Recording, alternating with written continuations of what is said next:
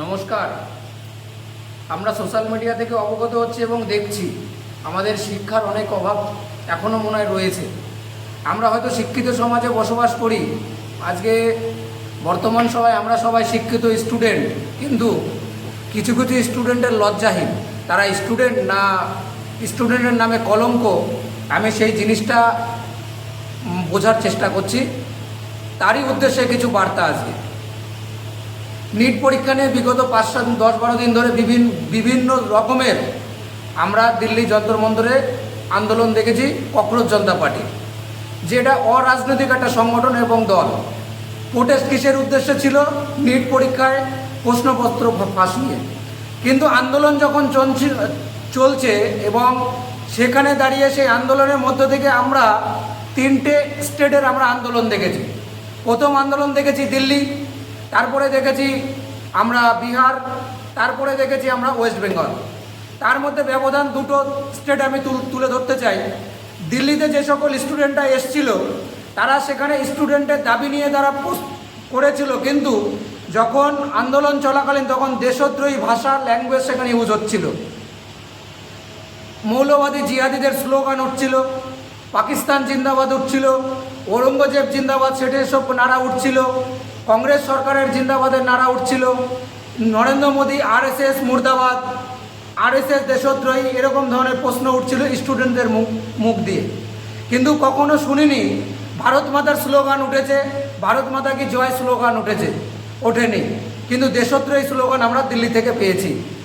এবার আসি বিহারে স্টুডেন্টরাও ঠিক নিট পরীক্ষার দাবির প্রশ্নপত্র ফাঁস নিয়েই তারা আন্দোলনে নেমেছিল এবং প্রশাসনও সেখানে উপস্থিত ছিল।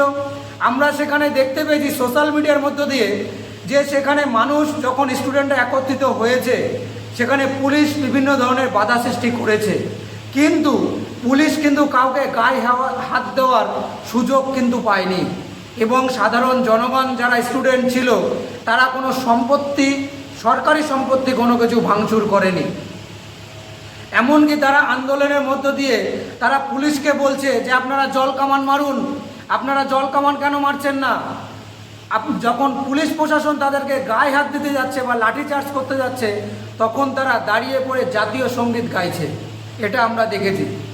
ধন্যবাদ জানাই বিহারবাসী প্রত্যেকটি স্টুডেন্টকে, আমি আমার ধন্যবাদ জানাই এর জন্য এবং আপনাদের প্রতি চিরকৃতজ্ঞ আমি একজন ভারতবাসী হিসাবে। এবার আসি পশ্চিমবঙ্গের সবথেকে বড় একটা সিপিএম, আইএসএফ এবং স্টুডেন্ট একটা গ্রুপ, তারা ধর্মতলায় আন্দোলন সামিল হয়। সেই ধর্মতলায় আন্দোলনে সামিল হয়ে সেখানে কি দেখতে পেয়েছি যে সরকারি সম্পত্তি ভাঙচুর করে ইতিমধ্যে এআই দিয়ে, পশ্চিমবঙ্গ সরকার ইতিমধ্যে এআই ফুটেজের মধ্য দিয়ে এখানে 60 জনের ছবি সমেত একটা তথ্য আমরা আমাদের সামনে পেয়েছি। আপনারা দেখুন এই 60 জন কারা? এই 60 জন স্টুডেন্ট না স্টুডেন্টের বাইরে কেউ আছে? আমি জানতে চাই এদের কাছে, পশ্চিমবঙ্গবাসীর কাছে জানতে চাই যে এরা যদি স্টুডেন্ট হয়, সরকারি সম্পত্তির অধিকার যেমন যতটুকু দায়িত্ব কর্তব্য আমার আছে, এই স্টুডেন্টদেরও আছে, কারণ তারা স্টুডেন্ট, আমিও স্টুডেন্ট। তো তারা সরকারি সম্পত্তি ভাঙচুর করেছে কি দাবি নিয়ে? নিট পরীক্ষার প্রশ্নপত্র নিয়ে। তাহলে এই 15 বছর তৃণমূল কংগ্রেস যত ধরনের প্রশ্নপত্র ফাঁস করেছে, যত রকম বেআইনিভাবে চাকরি দিয়েছে, আমরা দেখেছি এসএসসি পরীক্ষায় যারা ধর্মতলায় বছর পর বছর তারা ধর্নায় বসেছিল, তাদের জন্য কেন আন্দোলনে সিপিএম নামেনি? তাদের জন্য কেন এই ভাঙচুর সরকারি সম্পত্তি ভাঙচুর হয়নি? কেন হয়নি?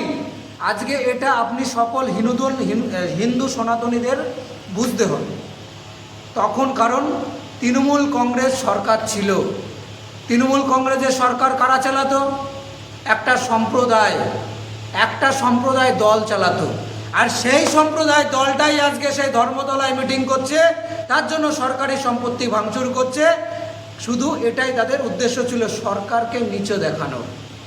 নিট পরীক্ষাটা তাদের সামনে শুধুমাত্র একটা এক্সকিউজ মাত্র, একটা পয়েন্ট মাত্র। আজকে সেই তেলাপোকাগুলো এবং যে ককরোচ জনতা পার্টির সদস্যবৃন্দগুলো আজকের দাবি এই ভারতবর্ষকে টুকরো করার চিন্তা ভাবনা নিচ্ছে। কজন সনাতনী হিন্দু সেখানে পৌঁছেছে? আমরা প্রত্যেকটি জায়গার কথা বললাম। স্টুডেন্টরা যাচ্ছে লাঠি নিয়ে, তার মধ্যে পেরেক পোতা। স্টুডেন্টরা যাচ্ছে ধর্মীয়, আমরা দেখেছি পাঞ্জাবের শিখদের ধর্মীয় পোশাক সেখানে ছিঁড়ে দিচ্ছে। এটা স্টুডেন্টদের ধর্ম সভ্যতা নয়, সংস্কৃতি নয়। স্টুডেন্টের এই ধরনের সংস্কৃতি, ভদ্রতা, সভ্যতা হতে পারে না। যে সকল স্টুডেন্টরা আমার কথা শুনছেন তারা একবার ভাববেন। আমরা দেখছি পশ্চিমবঙ্গে যে নরেন্দ্র মোদীর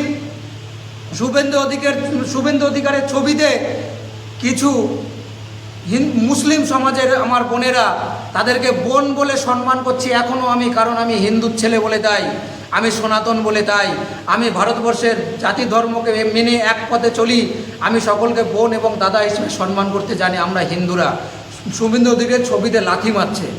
কেন মারছে? কোন কারণে মারছে? ওই বন্ধুটার কাছে প্রশ্ন করুন যে নিট পরীক্ষার কোন কারণে তারা লাথি মারলো, কোন কারণে লাথি মারতো। মিডিয়া প্রশ্ন করছে, তার উত্তর তারা দিতে পারছে না, কিন্তু তারা লাথি মারছে কারণ তাদের আজকে ভারতীয় জনতা পার্টি সরকারের সঙ্গে তাদের দুশ্মনী, এই দেশের সঙ্গে দুশ্মনী, হিন্দু আর মুসলিমের সঙ্গে দুশ্মনী। এটা আপনাদের বুঝতে হবে। যে সকল হিন্দুরা আজকে ককরোচ জনতা পার্টিকে সাপোর্ট করছো তাদেরকে ধিক্কার জানাই, নিন্দা জানাই, আমি প্রতিবাদ জানাই তাদের নামে।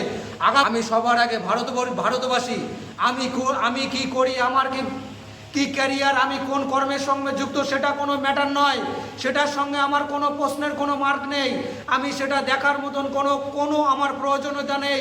তুমি যে যেখানে থাকো না কেন, তুমি সেখানে ভালো থাকো, কিন্তু সবার শেষে একটাই প্রশ্ন, আমি ভারতবাসী, ভারতবর্ষের যে বিরোধিতা করবে তার সামনে আমি আঙুল তুলে চোখে চোখ রেখে কথা বলবো।